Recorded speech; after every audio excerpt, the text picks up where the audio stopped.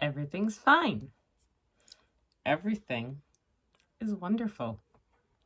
Hey guys, welcome back to the channel. Bean here, and today I'm coming at you with finally a wrap-up or recent reads. Woohoo! So I'm just doing the month of December. Why do you ask? Because I didn't read anything in November. Literally, I don't think I picked up a book. I might have picked up one, and I think it was a nonfiction, and I think it was quackery.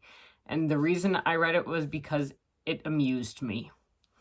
But otherwise, I spent the month of November writing for NaNoWriMo. If you want to check out any of my vlogs or any of my wrap-ups for that, you can check out my personal channel, which is Sarah Bean. And yeah, so that's where I was in November. That's what I did. Like all of November, I wrote 56,000 words, so I'm pretty proud of myself. My story, the book that I'm writing is not yet done, but we will get there on another day, not today. Today is about books, and so I'm going to go through the 5 books that I managed to get through in December. I'm pretty proud of myself. I was in a really bad reading slump for the majority of 2020, especially the second half of 2020. I just struggled. It was a major struggle bus fest, guys. And I ended up getting through 96 books by the end of 2020.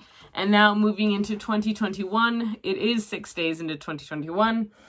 I have already finished 2 books, and I'm nearly finished with the third one, and I should finish it tonight. So I'll get into that later. But what I'm going to talk about now are these 5 books, so let's just hop right into it. This intro's already way too long. Since I don't have physical copies of all these books, I'm just going to hold up pictures because this is just much easier. Besides, the majority of the books that I do read will be audiobooks and ebooks, so that's just an easier way for me to do it. The first book I read was a reread, and that is Storm and Fury by Jennifer L. Armentrout. This is the first book in a trilogy by her, which I cannot pronounce, as it's been pointed out to me, and I'm very sorry. I'm not good at pronouncing things, so you know this now. So this book follows Trinity, who has spent her entire life up until she is 18 living in a compound that is guarded by Warden, which are gargoyles. So gargoyles who turn into humans and back and forth and such. And then when she's 18, her protector is actually kidnapped, and so she ends up going on a mission to try and save him, and lots of things happen. There's a love interest, there's vampires, there's demons, there's witches, there's all sorts of things happening in this book, and I cannot recommend it high enough. This was a reread for me. Like I said, it did get me a bit out of my slump. And the second book is already out. I believe I ended up giving this a 3.5 out of 5. I enjoyed it. I remember the first time I read it, I did predict basically everything that happened, unfortunately, except for a few small twists. But overall, it's a cute read, I guess you could say. It's a cute read. I like the uniqueness of reading about the gargoyles rather than it always being vampires and werewolves. I like the idea of gargoyles instead. So I will say that definitely added to this book for me, but I recommend this one. I think it's well done. It does bring some attention to different physical ailments as well. Our main character does have a disease that causes her to slowly lose her sight, so that is unfortunate. But no, I think overall this is a very good book. It's well written, and I look forward to reading more of Jennifer L. Armentrout's books. And I know she has a new one out right now that's very popular, so yes. The next book that I read the next book that I finished in the month of December is an audiobook that I have been slowly working my way through over the past few months. And that is Alone Together, Life, Grief, and Comfort in the Time of COVID-19. This is edited by Jennifer Haupt, and it's written by a whole bunch of different people, so these are all the names. But this is a series of short stories and essays and poems that talk about how people are coping with COVID, with living at home, being at home all the time during COVID. And it's very interesting. It does get very difficult to read at points because it does talk about deaths due to COVID and some deaths not due to COVID. It talks about getting sick and the resulting mental and physical ailments that people have. And it really, I think this is an important type of book. I really think people should read this because it's a series of essays about the pandemic, about things that are happening. You can't deny it, no matter how much you try to. But I don't want to say I enjoyed this because it was very difficult to read at points or to listen to. I think listening to it definitely increased my appreciation for what was happening in it. And the audiobook was very well done, so I highly recommend that one. But overall, this got a 5 out of 5 from me. The next book that I read was one that I have actually been reading for a couple months now because I put it down, and I should know better than to put books down, especially classics. But I ended up reading one of the books in my Jules Verne collection. I ended up reading A Journey to the Center of the Earth. You can see where I read because I tabbed it. I tabbed all the lines that interested me and the science that they put in here, and then that Jules Verne ended up twisting around to make it work into his, I guess, different version of our world. So this was a very interesting story about a scientist, a professor, and his nephew who go on a trip, on an expedition to find the center of the Earth. And they kind of get lost, and they have this really Superman-esque type bodyguard / guide who basically saves their butts like a million different times throughout this short story. It's not a long book, so I have them grouped here by the purple tab. So this was the first story. The second one was Journey to the Center of the Earth. So there you can see it's not very long. It was only like 350 pages maybe. I don't even think it was that long. But it was definitely interesting and unique, and I definitely will be reading more Jules Verne. Jules Verne has also written Around the World in 80 Days, along with 20,000 Leagues Under the Sea and 5 Weeks in a Balloon. He really likes traveling, which this is kind of helping with my need to travel, the travel bug that I have been hit with. But I ended up giving this a 4 out of 5. I enjoyed it. It took me a while to read, and some of the terminology, obviously not up to date, but it also went a little bit over my head at some points. I don't know a lot about geology, and our main character is a geologist, so I might pass this on to my sister who's studying geology, so here you go, Al. But yeah, so this was a lot of fun. I did enjoy this book, and I look forward to reading more of Jules Verne's stuff. The next book I got, I actually was lent by a friend, and I haven't seen her since I borrowed it from her. Oh, I've seen her once, but I didn't bring the book with me because I forgot, and it was New Year's Eve, and I forgot. And basically what that was she gave me a Christmas book because I don't really have many Christmas stories. I don't have holiday books. I watch the Hallmark holiday movies, and that's about it. That's kind of what I do for my holiday, and it makes me happy, so I go with it. But what she lent me was Merry Humbug Christmas, 2 Tales of Holiday Romance by Sandra D. Brecker.